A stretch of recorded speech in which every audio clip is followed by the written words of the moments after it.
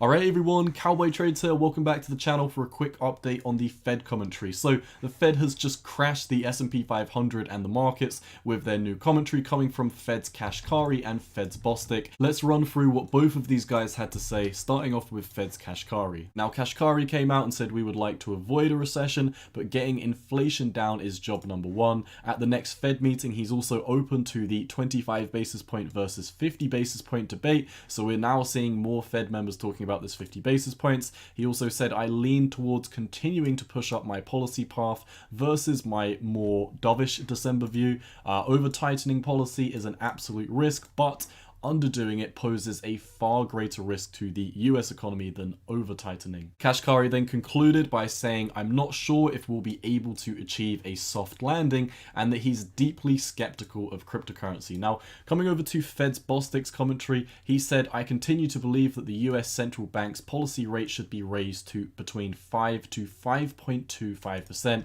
Bear in mind it is currently at 4.75%, which would imply another 25 or 50 basis point increase. Bostic also said the policy rate should stay at that level well into 2024, so no rate cuts coming anytime soon in Bostic's opinion. And also Bostic concluded by saying the economy has enough momentum to withstand higher interest rates without a major downturn. Now, in my opinion, this comment here from Fed's Bostic saying the economy has enough momentum to withstand more interest rate hikes, and Kashkari's commentary saying I'm not sure if we'll be able to achieve a soft landing, I believe these two comments were the most important ones. And you can really see when these came out, within an hour or so, the markets went down almost an entire percentage point, which is pretty big for the S&P 500. Bitcoin is also looking like it's about to start playing catch up with the S&P. So once again, we've got more hawkish Fed commentary coming out. Now, since this did come out, we actually had Fed futures rise to as high as 5.415%,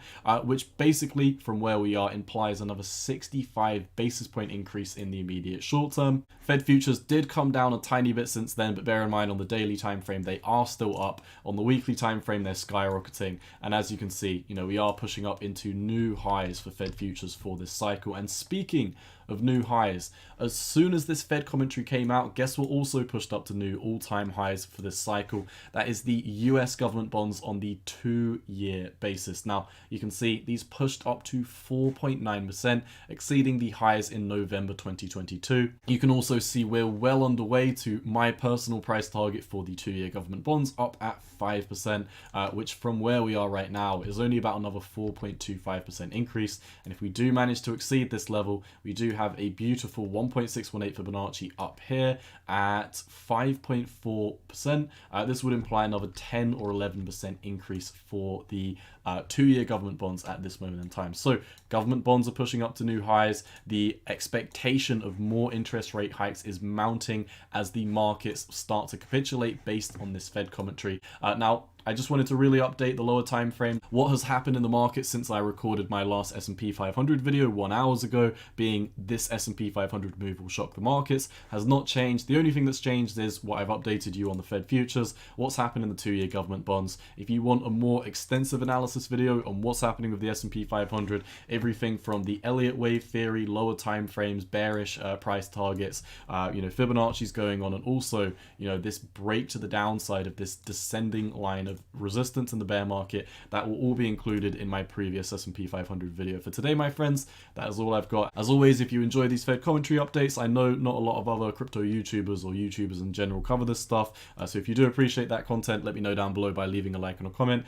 share the videos with your friends, and if you want more of my posts, charts, memes, economic data, things like this over on my Twitter, which I shared an hour ago for all of my followers to understand why the markets are starting to move down in advance of me recording these YouTube videos.